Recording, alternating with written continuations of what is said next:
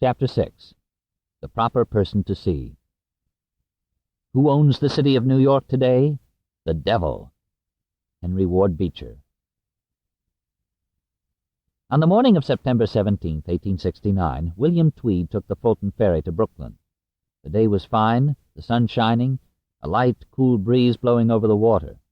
Tweed had a strong attachment to the river. Its sounds and smells, South Street and the ships docking there, were part of the New York he had known since childhood.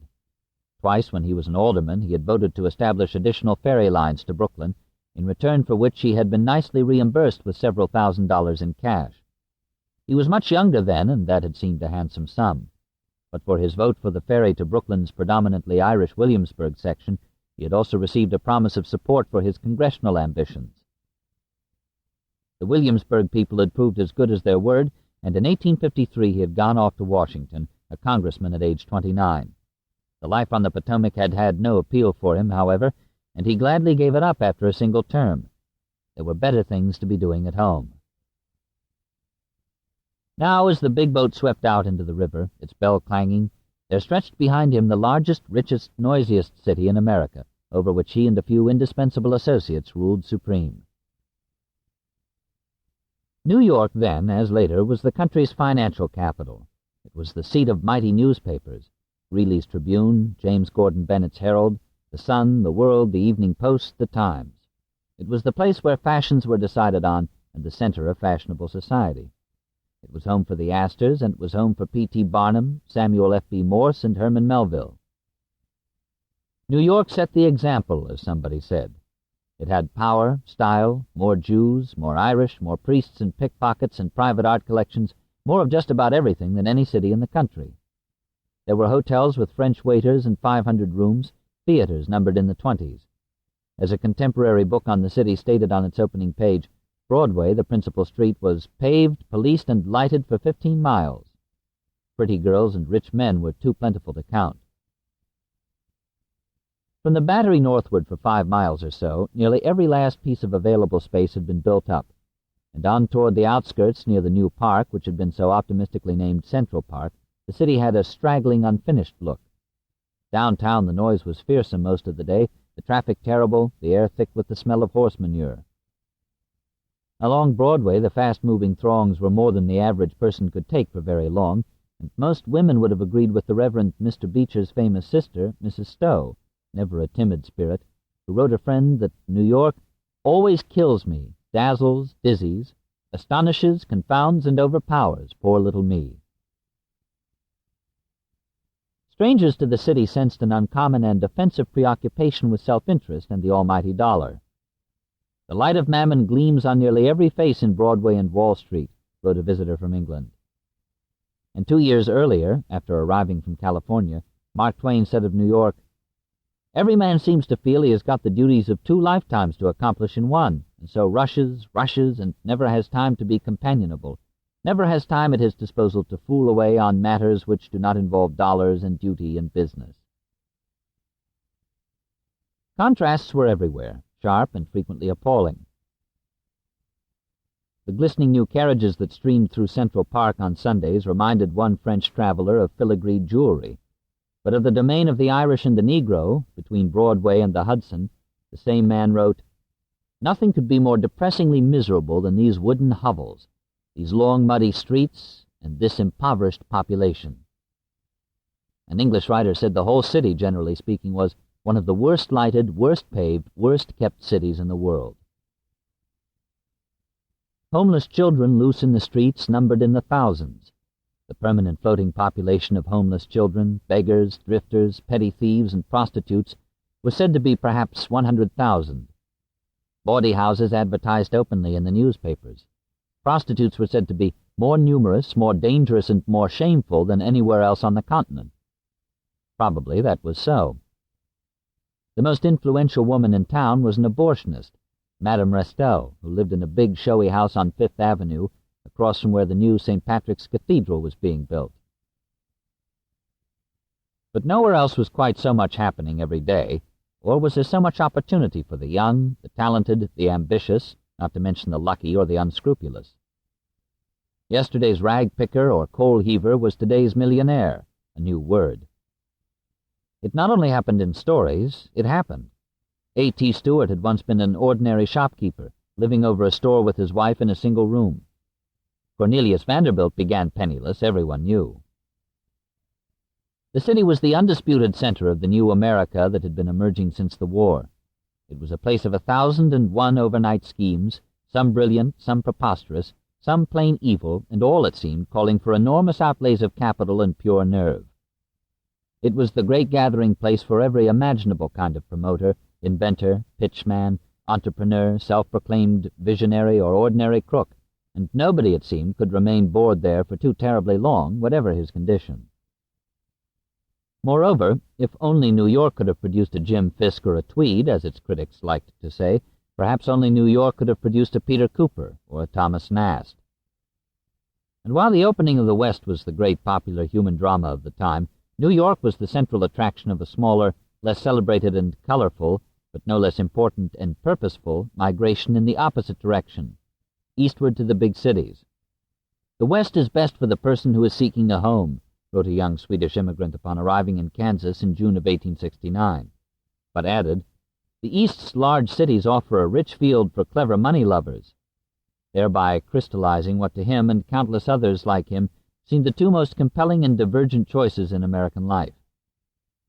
And as he and his kind streamed out onto the American plains, it was to New York that a Mark Twain headed from the gold fields of California, or an only moderately rich young Andrew Carnegie moved from Pittsburgh, or even that an even younger and penniless Thomas Edison of Ohio would set himself up in business that same June. Tweed, as it happens, had been called upon to journey all of a few city blocks to find his promised land. He had been born just to the east of City Hall, toward the river, at number 1 Cherry Street, a squat red brick house that stood beside number 3 Cherry Street, which, ironically enough, had once briefly been the nation's first presidential mansion, the home of George Washington when he took office for the first time and New York was the capital. Both of the houses, Tweed knew, would have to be demolished to make way for the anchorage of the new bridge. Tweed's people were hard-working Scotch Protestants, and Cherry Street, when he was a boy, was still considered a respectable neighborhood. It was said he had been a good student, at mathematics especially, and he had started off quite conscientiously bookkeeping in a mercantile store. But about the time he reached his full growth, he joined up with the volunteer fire company and discovered politics. In 1851, the fireman became an alderman, being elected to that common council of New York destined to be known as the 40 Thieves. From that time on, he would find honest work no longer necessary. By 1869, Tweed was nearing his zenith. Like Beecher across the way, he was right in his prime. He was school commissioner, assistant street commissioner, president of the Board of Supervisors of the County of New York, senator of the state of New York, chairman of the Democratic Central Committee of New York County, and Grand Sachem of Tammany Hall, the title that pleased him most. But Tweed was also one of New York's principal landowners. He was on speaking terms with the rich and powerful, some of whom he also did business with, and he was an extremely generous advertiser in the newspapers. He was in the printing business. One way or another, thousands were in his employ, including several hundred prominent Republicans. Judges rendered decisions according to his requests. Legislators passed or defeated laws as he determined. The mayor, the charming A. Oakey Hall, did as Tweed wanted, and the same could be said of the governor, John T. Hoffman, who, if not an outright stooge, was at least pliable. As Samuel Tilden would write, it was the first day of January 1869, when Oakey Hall took office, that the Tweed Ring became completely organized and matured. It was also in 1869 that Thomas Nast began his brave, brilliant attack on the Tweed Ring in the pages of Harper's Weekly, so vividly characterizing Tweed that the true shape and nature of the man would seem to recede, and the cartoon figure would become the real Tweed in people's minds, then and in generations to come. He would be seen as a gross, half-comic character done in quick, sure black line, a figure of corruption incarnate, leering, lecherous, Falstaff with a stick-pin. The portrayal was deadly, as no one knew better than Tweed himself. "I don't care a straw for your newspaper articles," he is said to have exclaimed when under attack from the press. "My constituents don't know how to read, but they can't help seeing them damned pictures. But it was caricature for all that. The man was something else again. He was no less corrupt, certainly, but he was very much of flesh and blood, and apart from everything else that was said about him, it seems he was both extremely bright and enormously likable. The Tweed on board the ferry to Brooklyn that September morning was in his mid-40s, married, the father of 8 children. What hair he had left was a dark reddish-brown, which he wore in thick clumps about his ears. His mustache was approximately the same color as was his short, stiff beard. The eyes were bright blue. But it was the fantastic physical size of the man that set him off in any gathering. He stood 5'11", yet he seemed much bigger than that. He had an abnormally big head, big hands, big neck, great thick sloping shoulders, and a vast belligerent stomach across which was draped a heavy length of gold watch chain, a gift from his old firefighting pals of the Americus Engine Company No. 6. Estimates are that Tweed weighed somewhere near 300 pounds.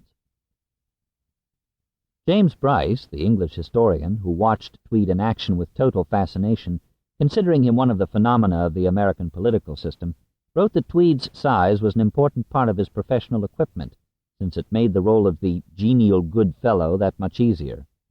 And by almost every account, Tweed was a most amiable fellow indeed, buoyant, booming, with a fund of stories and a gift for making friends quickly and easily. Tweed had an abounding vitality, Bryce wrote, echoing John Roebling's view of what counted for success. Free and easy manners, plenty of humor, though of a coarse kind, and a jovial, swaggering way which won popularity for him among the lower and rougher sort of people. Like numerous other swindlers in high places, before and since, Tweed was known to have his good side, a combination of small but popular virtues that were taken by thousands upon thousands of loyal followers as obvious proof that he could not possibly be the monster his enemies described. He drank but sparingly. He smoked not at all. He was a devoted, generous father. He was exceptionally charitable. Come a hard winter, no family in his district went without coal. And although he kept at least 2 mistresses, one of whom, a tiny blonde, did not reach his shoulder, he was considered quite charming in his way by the ladies. He loved to dance. He was never, ever arrogant, and perhaps most important of all, as Bryce said, he was always loyal to his friends. But all that aside, Tweed had a genius for organizing things, and more than any other man of his time, he knew how to make politics pay. Precisely how much he and his cohorts managed to steal from the people of New York will never be known for certain, but responsible estimates range from $75 to $200 million. Tweed himself personally probably made off with $30 million before he was deposed. When the ferry docked at Brooklyn, Tweed went up Fulton Street to the Gaslight Company offices. He had come to attend the very first meeting of the new executive committee of the Bridge Company, of which he was one of just 6 members. The full committee was present according to the official synopsis of the meeting. Messrs. H.C. Murphy, S.L. Husted, William M. Tweed, J.S.T. Stranahan, Hugh Smith, and H.W. Slocum. The committee had been formed at a directors' meeting the week before. From here on, it had been agreed, the committee was to make all arrangements for the work and have full control over the business of the company. It was to decide on all appointments, purchase all lands required, decide on all contracts for supplies, audit its own accounts, appoint its own attorney, Alexander McHugh, and determine all salaries and all other compensations. Tweed's interest in the bridge was not new, but only on August 3rd, following the Roebling funeral, had his name been associated with the great work in any public way. An important directors' meeting had been held at the Gaslight Company. Colonel Roebling was officially appointed chief engineer, and 6 new directors were named to fill the vacancies caused by 1 death and a total of 8 resignations, all quite sudden, it seems. 3 of the new directors were Brooklyn men, Stranahan, General Slocum, and John W. Lewis. The 3 others were from New York, Tweed and 2 of his closest associates, Hugh Smith and Peter Sweeney. Smith was a Republican, a bank president, and a dear friend of Boss Tweed's, who had made Smith police commissioner. Sweeney, also known as Peter Brains Sweeney, was a pudgy, black-haired, sinister-looking man who had been called the sneak thief of Tweed's entourage, but who preferred to describe himself humbly as a sort of advisor to the boss. Like Tweed, Smith had been named a member of the powerful new executive committee and so had the pleasure of watching Tweed perform his first recorded service on behalf of the bridge. As was frequently his way when commencing an association with the grand public endeavor, Tweed wanted an eminently respectable name also associated with it from the start. So as the executive committee got down to business, he urged that Horatio Allen be appointed consulting engineer at an annual salary the same as young Roebling was to get, $8,000, and that the appointment date from August 1st, even though Allen had had no hand in any of the work during that time. A formal motion to that effect was presented, passed, and the genial Allen, who was present, immediately accepted. Then, after a few brief formalities were seen to, the meeting broke up and Tweed went back across the river. There had been no fanfare of any kind, and on the surface it might appear that little of importance had been accomplished. But Tweed doubtless felt he had put in quite a good morning. The sudden death of the elder Roebling had created the single possible flaw in the venture, as Tweed saw it, so he had moved to solve that, or to appear to solve it, which was more important. Irrespective of the skills possessed by the young engineer, without the father in command, a failure of public confidence might develop and bring the bridge to a halt, something Tweed did not want. Tweed was anxious that this project continue for quite some time to come. But now young Roebling was backed up by an engineer of his father's vintage, whose professional standing was well known, whose character was unimpeachable, who was a founding member of the Union League Club, and so forth. If anyone should one day care to check the record to see who had put him there to safeguard this vast and important undertaking, he would find the name William M. Tweed. Horatio Allen's professional contribution to the work in the next few years would add up to just about nothing. The Tammany chieftain had also made his first entrance onto the Brooklyn scene, and not a stir had resulted. He had gone to Brooklyn in good faith and in broad daylight. He had been seen on Fulton Street. He had taken a place among such upright gentlemen as General Slocum and Henry Murphy. He had fixed his name to the greatest municipal enterprise of the day, and no one had raised a hand or a voice to stop him. For nearly 2 years more, Tweed would play a decisive part in the business of the bridge company, traveling to Brooklyn to attend stockholders' meetings or to serve on the executive committee when it served his purpose. He would make no secret of his interest in the bridge, nor did anyone else try to hide or gloss over the obvious fact that his was a very powerful voice in bridge affairs. But when it came time for Tweed to explain the earlier stages of organizing the bridge company, that business transacted prior to his open association with the project, everything he said would be angrily denounced by the two principals in his version of the story, William Kingsley and Henry Murphy. Murphy stated there was no truth whatever in anything Tweed said. He denied absolutely playing the role Tweed credited him with, claiming he and Tweed had had no dealings concerning the bridge. And he stuck to that until his dying day. Which one of them, if either, was telling the whole truth will never be known. But according to Tweed's version of the story, Murphy was a very different sort of man from the one Henry Stiles depicted, and perfectly capable of Tweed's brand of politics, if that was the only way to get what he was after. In late 1867 or early 1868, Murphy had been after a pledge from the city of New York to subscribe to $1.5 million worth of bridge stock. Brooklyn's subscription, exactly twice that amount, had been arranged quite smoothly.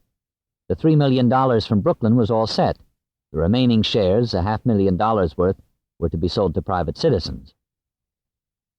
Tweed's account of what went on behind the scenes is the only one available. It was presented a number of years later and is rather vague on such important details as to just when Murphy came to him for help, whether, for instance, it was before or after Murphy made his bitter fight for the Democratic nomination for governor in 1868, a fight Murphy lost to Tweed's hand-picked candidate, John Hoffman. The timing, needless to say, would be an interesting part of the story. In any event, it was Murphy, according to Tweed, and Murphy alone, who came to him in Albany to say the bridge company needed money from New York, which, as Murphy said, was a matter to be decided by the Common Council.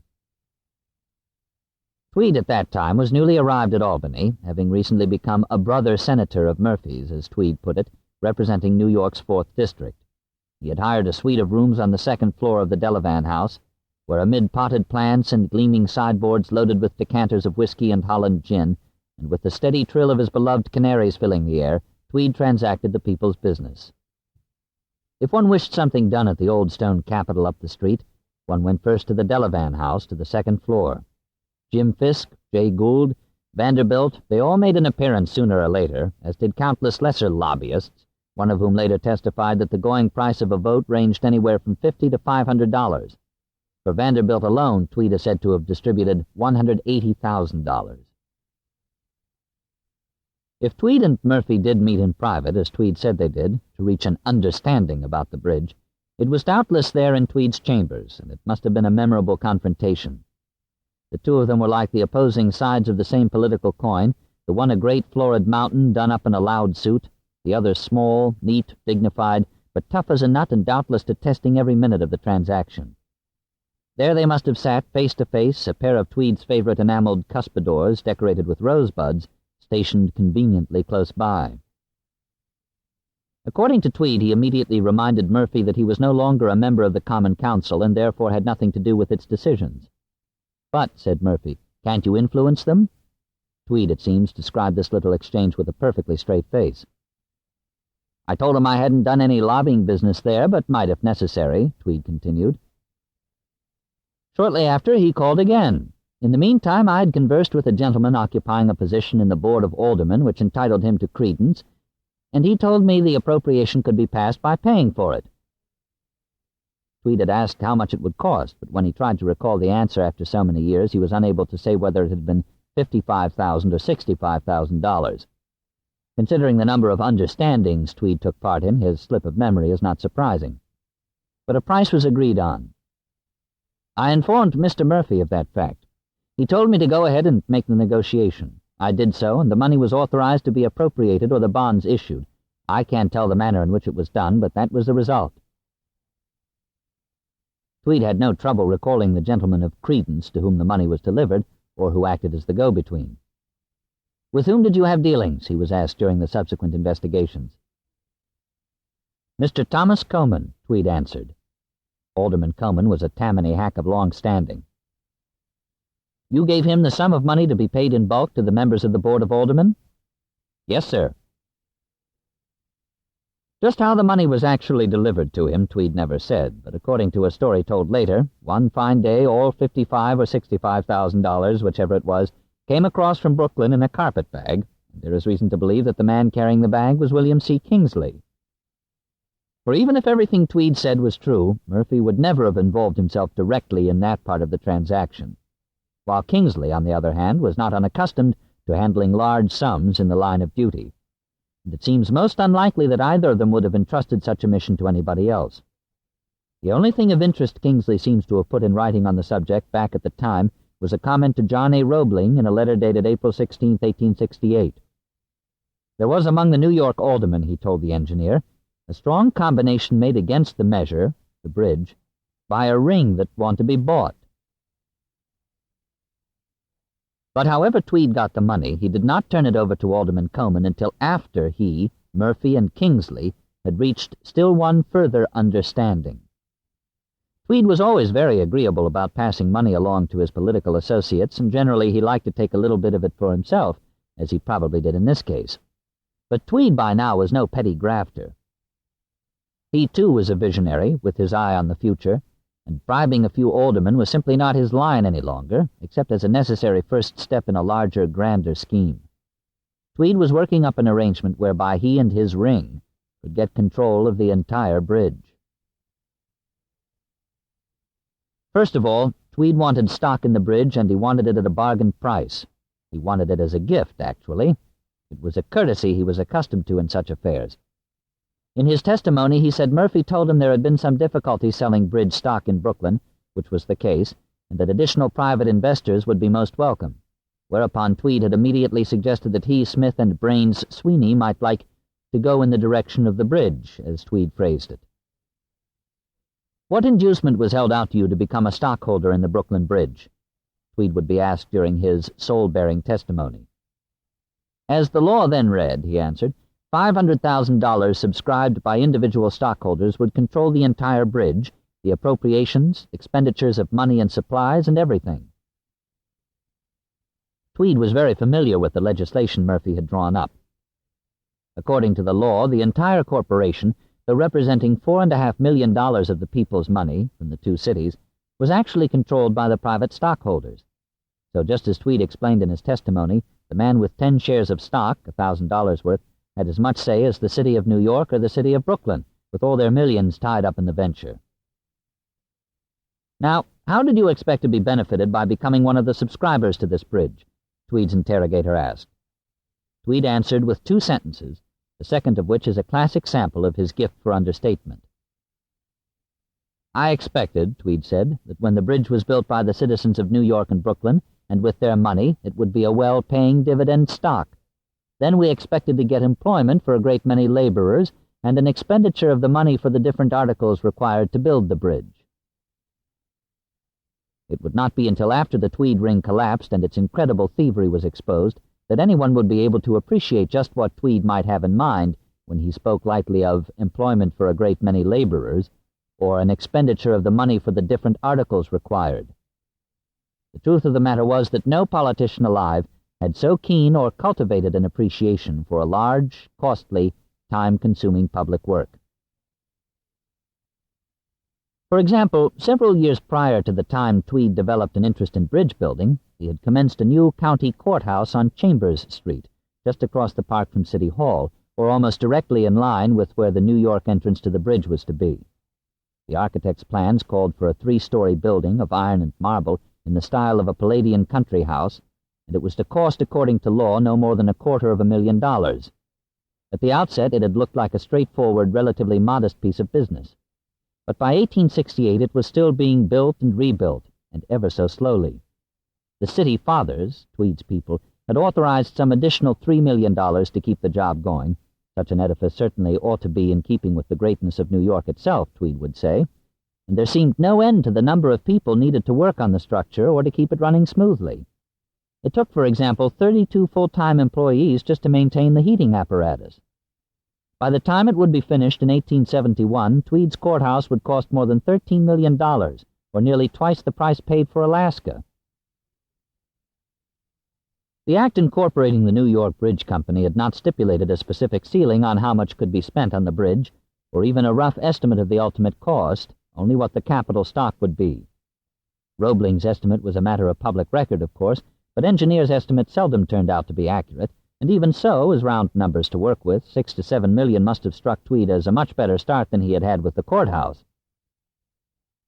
But what surely must have set Tweed and his closest associates to doing some very fancy reckoning was the prospect of such an immense, unprecedented piece of construction, where all manner of unexpected developments could call for vast outlays of public money. 3 chairs and 40 tables for the Chambers Street Courthouse had been bought by the city of New York for $179,792. Windows had cost $8,000 apiece. One friend of the ring, a man named Garvey, who would become known as the Prince of Plasterers, had been paid by 1869 $500,000 for his plastering work inside the courthouse, plus $1 million more to repair what he had done. That July, Garvey's bill for plastering came to $153,755, and its total bill for work that should have cost about $20,000 would be nearly $3 million. Among the many checks made out for articles required for the courthouse, to cite one more example, was one for $41,190.95 for brooms, etc. So for Tweed and his friends, the bridge must have appeared as the most spectacular of dreams come true. "You mean to say you expected to get a percentage out of the materials and labor upon the bridge?" Tweed was asked. "Yes, sir." "Was there an understanding with anybody that you should do so?" "There was no direct understanding," Tweed said, "only a kind of implied understanding." Tweed then went on to explain how William Kingsley, too, was to get a percentage of the money spent for materials, according to the arrangement, and that Kingsley was to be the general superintendent of the construction work with a large say in contracts. A formal confirmation of this part of the bargain would not, however, be agreed to until the bridge was underway, and Kingsley in due time would have a great deal more explaining to do than would Murphy. Tweed said the only understanding he personally had with Kingsley was that he was to pay the balance of my stock after I paid the installments of 20% of my stock. "Oh, he was!" exclaimed Tweed's interrogator. "After you paid the 20% of your stock, Mr. Kingsley was to pay the balance of it?" "Yes, sir." "Was he to do that for the others?" "I think he was, but I don't know." So the agreement reached was this. Tweed, Smith, and Sweeney were to receive a total of 1,260 shares in the bridge, valued at $100 per share. The split between them was to be even, 420 shares per man, or $42,000 worth of stock, for which they each were supposed to pay 20%, or $8,400. But the way it finally worked out, they each got 560 shares, so that at a future date they could each turn 140 shares over to another of Tweed's Confederates who, Tweed decided, had to be in on the arrangement. He was Richard B. Connolly, Slippery Dick Connolly as he was known, Comptroller of the City of New York, and therefore a very useful man in any scheme involving the expenditure of public funds. This way all four of them, Tweed, Smith, Sweeney, and Connolly, would wind up with 420 shares, which meant that individually they would be among the largest private stockholders in the East River Bridge. Kingsley would be the largest by far. He had arranged to have his construction firm, Kingsley and Keeney, purchase 1,600 shares. Murphy, by contrast, was in for only 100 shares. But in combination, Tweed and his friends controlled a grand total of 1,680 shares, or $168,000 in stock. So, right at the start, they had almost as much stock as Murphy and Kingsley combined, and Kingsley had paid for the lion's share and given it to them. That was about the size of the bargain, if Tweed's story is to be believed, which probably it should be, considering the circumstances under which it was presented. His testimony was delivered under oath on September 18, 1877, exactly 8 years and a day after his appearance at the first meeting of the Executive Committee. By then he was a very changed man. He was in jail, sick, disheartened, deserted by his friends. Furthermore, he had been led to believe that if he made a clean breast of things, he would not only be released, but would be granted immunity from any further prosecution. With no one left of the old crowd to protect, with his own name long since synonymous with villainy, there was really very little reason for him to tell anything but the truth. He had nothing to lose, and it appeared to him quite a lot to gain. So it seems reasonable that his account, except for incidental details, was close to what happened. The stock arrangement was, of course, all in the records and quite as Tweed described it. The recorded breakdown on stock ownership as of the autumn of 1869, as the bridge got underway, reads as follows. Kingsley and Keeney, 1,600 shares. J.S.T. Stranahan, 100 shares. H.W. Slocum, 500 shares. Hugh Smith, 560 shares. W.M. Tweed, 560 shares. P.B. Sweeney, 560 shares. W. Hunter, Jr., 50 shares. J.H. Prentice, 50 shares. J.W. Lewis, 50 shares. G.T. Jenks, 50 shares. H.C. Murphy and Alexander McHugh, 100 shares each. Martin Kaubfleisch, S.L. Husted, and Isaac Van Anden, 200 shares apiece. Samuel McLean and William Marshall, 50 shares each, and Arthur W. Benson, 20 shares. It is a list that reveals several very interesting points that Tweed neglected to raise in his testimony. It shows, for example, that of the 38 directors listed in the incorporating charter of 1867, only 9, Prentice, Jenks, McHugh, Husted, Kaubfleisch, Van Anden, McLean, Marshall, and Benson, thought enough of the venture or the people now involved with it to put any money into it, and altogether they held fewer shares than Kingsley's construction company. There were, to be sure, several of the original directors who were not stockholders, but who were serving still as directors, including some of the impressive Brooklyn names, such as Simeon Chittenden. But a number of other esteemed figures had departed entirely. Andrew H. Green of New York is a notable example, and the control now very obviously rested with the gentleman named in the top third of the list. But the list showed something more as well. The only New York people on it were Tweed, Smith, and Sweeney.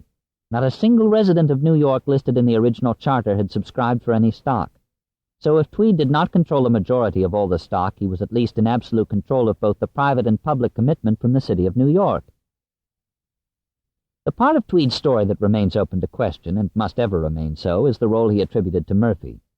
By the time Tweed's disclosures were made, a sizable segment of the press, not to mention the public, was ready to believe every last word he said, both the press and the public having by then concluded that all public works, however noble, were rife with corruption, and that virtually every last politician, and Democrats in particular, were guilty until proved otherwise. Murphy and Kingsley both were very quick to deny playing any such part as Tweed described, although Murphy, during a rare interview in his Bay Ridge home, would admit to having at least heard of such dealings. He told reporters that after the bridge was underway he had heard rumors of money having changed hands, and that he had been greatly surprised by the news. He also admitted that possibly Tweed could have been paid off by somebody without his, Murphy's, knowing about it, which would seem to leave Kingsley in a rather bad light, and in conclusion he offered the following thought on why somebody, in theory at any rate, might have struck such a bargain with the Tammany devil across the water. Mr. Tweed was a power in New York then, Murphy said, and nothing could be done in the Common Council and hardly in Albany without his help. You know how he controlled everything at that time, and therefore he was the proper person to see, when anything was wanted in the way of legislation, to secure his influence for any measures that were to be passed. And this, in retrospect, seems the most charitable and very likely the most plausible explanation for the entire arrangement with Tweed.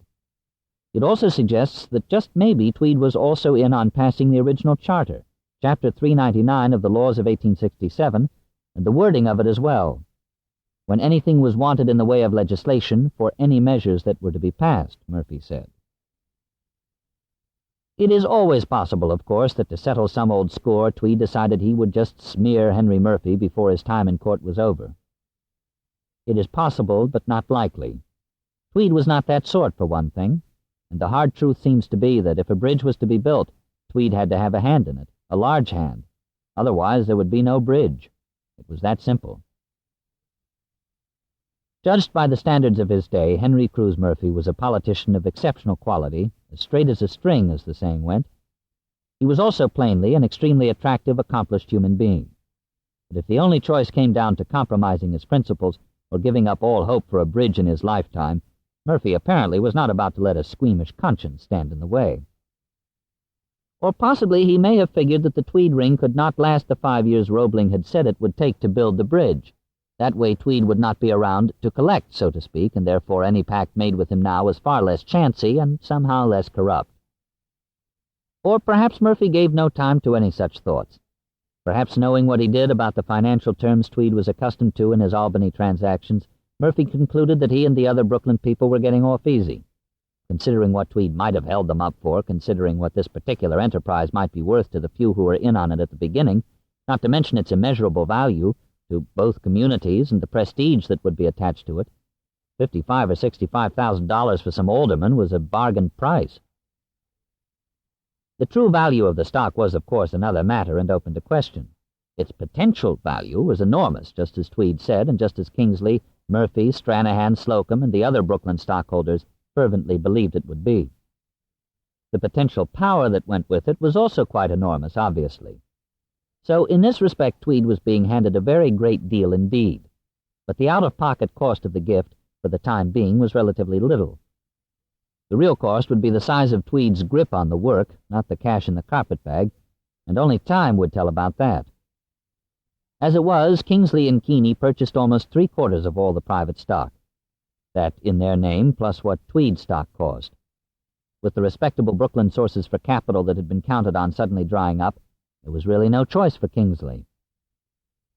Kingsley's role in all this would be disclosed soon enough, long before Tweed went on the stand, and it would be said then in his defense that his willingness to put up such vast sums to get the bridge started was the most impressive demonstration possible of his unshakable faith in it. The same, of course, could be said for his willingness to do business with Tweed, but of that his admirers would have nothing to say. The Tweed had the final say on whether a bridge could be started, and so had to be dealt with, there is no question. Moreover, there is, as it happens, a memorable example from this very time of the lengths a thoroughly honorable man would have to go if he wished to circumvent Tweed on such matters.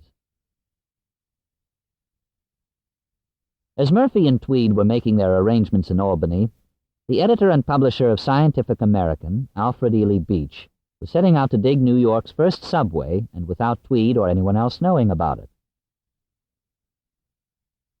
Beach was a most unusual character. At 21 he had invented a typewriter. At 22 he had become publisher of the New York Sun, the first penny paper, which his father, himself an inventor of sorts, had purchased some years earlier. But Beach had grown bored with popular journalism and turned the paper over to his older brother Moses, soon to take up residence on the Heights and become a pillar at Plymouth Church. It was Moses Beach who brought to Beecher an olive tree from the Mount of Olives after a visit to Palestine with Mark Twain and others in 1867, a tour Twain would recount in The Innocents Abroad. Alfred had more interest in the Scientific American, which he had acquired at age 19, as well as several other schemes, the most important of which was a pneumatic train. The idea had occurred to him some 10 years before. New Yorkers needed a better way to get about their city, he was convinced. To go from his office near City Hall to his house on East 20th Street, for instance, took more than an hour during the evening rush hour. His solution was a whole system of high-speed, air-propelled trains underground. Tweed, however, had already made public his intention of bestowing upon the city an elevated railroad, a grand, costly affair to be built on a great viaduct of stone. So any alternative means of rapid transportation was bound to be either killed off by Tweed or cost its proponents dearly in Tammany blackmail. Beach recognized all this and decided therefore to do what he wanted secretly. In 1868 he managed to get past Tweed an inconsequential-appearing bill permitting him to establish an experimental pneumatic tube for moving mail. Then, toward the end of the year, with no more legal right than that, he went to work. He had rented Devlin's clothing store at Broadway and Murray, and there in the cellar he began digging a tunnel, 9 feet in diameter, that was to run a block uptown to Warren Street directly beneath Broadway. The digging went on with an especial device he had invented for the purpose, the Beach Shield, as it would become known, which was shaped like a huge hogshead, open at both ends, and powered by hydraulic rams. The men doing the digging stood inside the shield, and as they progressed, the rams shoved the shield forward like a gigantic cookie cutter. This way the workers were completely safe from cave-ins, and there was no need to disturb any of the surface above ground. The only excavation necessary was for the tunnel itself. The dirt Beach had smuggled out in sacks after dark. It was all quite ingenious and slightly fantastic, as was the vehicle he intended to put inside the tunnel. It would be a cylindrical car, large enough to carry 22 people, and it would be sent plummeting back and forth along its track by an enormous reversible fan mounted at one end of the tunnel. Beach put his son in charge of the actual construction, and the work proceeded with little difficulty, despite all the time and care taken to avoid any discovery or suspicion of what they were up to. The Broadway crowds that hurried by overhead had no notion of such industry beneath their feet, nor did any of Tweed's people find Beach out until he intended them to. The complete project, which Beach considered nothing more than a demonstration model, would take a little more than a year to finish, largely because Beach took such pains with refinements. The one way to overcome Tweed's certain wrath, Beach reasoned, was to win instant popular acclaim. So his pneumatic tunnel would have to be more than just an engineering success. The car itself would have to be plushly upholstered, as elegant as a drawing room, and he made up plans for an elaborate entranceway and platform, with frescoed walls, a fountain, a tank full of goldfish, and a grand piano. In all, he would spend $350,000, which was more even than William Kingsley did for his bridge. When the time came to unveil it, in February of 1870, the tunnel would be an immediate sensation. But Tweed, in a towering rage over the deception, would have his governor, John T. Hoffman, veto Beach's charter and thereby bring down the curtain on the famous pneumatic tunnel, the first New York subway. But if Beach had gotten as far as he had with his dream undetected and consequently unimpeded by pacts with Tweed, there was obviously no possibility of doing any such thing with a bridge over the East River. The fall of 1869, when the real work on the bridge began, was an unsettling time. Much in American life was turning out to be something other than what it seemed, and that left a lot of people wondering just what to believe in. In early September at Avondale, Pennsylvania, fire and explosions ripped through a coal mine, killing more than 100 men. Accounts of the suffering and the obvious deficiencies in the engineering of the mine shocked the entire country. It is impossible to censure too severely the culpable carelessness of the mining company, wrote Harper's Weekly. Then on the 24th of September in New York, something close to a national disaster occurred when two notorious young stock gamblers, Jay Gould and Jim Fisk, both frequent companions of Boss Tweed, brought on a sudden financial panic, Wall Street's first Black Friday. Gould was rumored to have White House connections. He had assured Fisk that Grant would not sell government gold, so if the two of them were to work together, they could squeeze up the price of gold. They began buying that summer, nearly all on margin. By September 22nd, gold had risen to $137. On the morning of Friday the 24th at 10 o'clock, when trading opened, the price was $150. Word swept through the financial district that Gould and Fisk, with Grant somehow in league, had nearly succeeded in organizing a corner on gold and could thereby fix whatever price they wished. The frenzy on the floor of the exchange was of a kind never seen before. In Brooklyn, a National Guard detachment received orders to stand by ready to quell the riot in Wall Street. About 11, the price was $155, then $160. Scores of brokers were being ruined. One man went home and shot himself. When the government decided to do something at last and dumped $4 million in gold on the market, it was early afternoon and the quotation was nearing $165. Within half an hour, the price fell to $135. The effect on the country was terrible, apart even from the financial misery brought on. For it appeared that a couple of cheap New York gamblers could very nearly bring the whole financial system to its knees, and that the president himself had been mixed up in it, which was not the case, but which a great many people believed to be the case all the same. And even if Grant had not been involved, he had certainly been made to look a fool, the dupe of the most transparent kind of crooked maneuvering. The whole affair was a mystery, even to people who understood how such things worked. Back in March, when Grant took office, the editors of Harper's Weekly, the first in their trade to see the tweed ring for what it was and to say so in print, were pointing to Grant as the towering symbol of political virtue. Now, only a little more than 6 months later, Grant's character was in question, and that did not sit well with anyone. Then in mid-October occurred one of those curious, half-comic, slightly unbelievable and unexplainable little episodes that sometimes characterize an age as much as, or more than, the usual events of conventional history. A 10.5-foot stone giant had been unearthed on a farm outside the village of Cardiff, in upstate New York.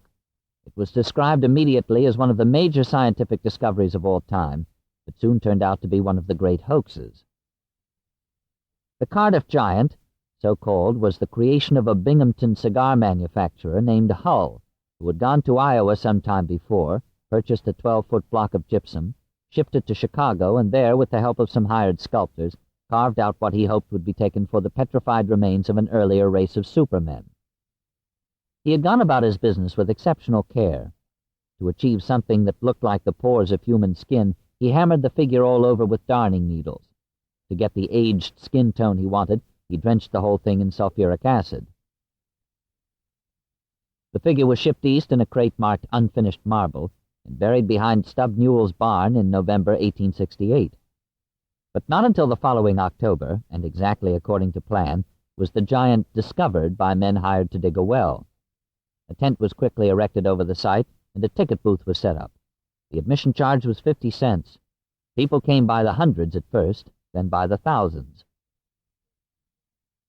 Some Syracuse businessmen soon paid Hull $30,000 for part interest in the giant and moved it to their city, where popular interest showed no decline even after the giant had been examined by scientists and declared of very recent origin and a decided humbug. The scientists could say what they wanted. In New York, humbug capital of the world, P.T. Barnum, who had tried without success to buy the giant, had a copy made up and put on display with great success. Later on, when the real giant was brought to town and exhibited only a few blocks from Barnum's museum, both of them drew enormous crowds. The giant also played a part in the elections that November. It was a small part, but not without interest to those amused by or gravely concerned over the extent to which sham and nonsense were taking over in American life. It was said the giant was causing such a fuss upstate that people were not taking the elections seriously, or that so much talk of giants and of hills haunted by lost races had clouded popular judgment in some counties. In any event, when the votes were all in, the beefy colossus of Tammany Hall was bestriding the state as never before. The Democrats gained control of both branches of the state legislature for the first time in more than 20 years. Tweed was having things all his way. Commenting on the mood of the American people at this time, Henry Adams wrote, "All were disgusted, but they had to content themselves by turning their backs and going to work harder than ever on their railroads and foundries." He might have added, their bridges.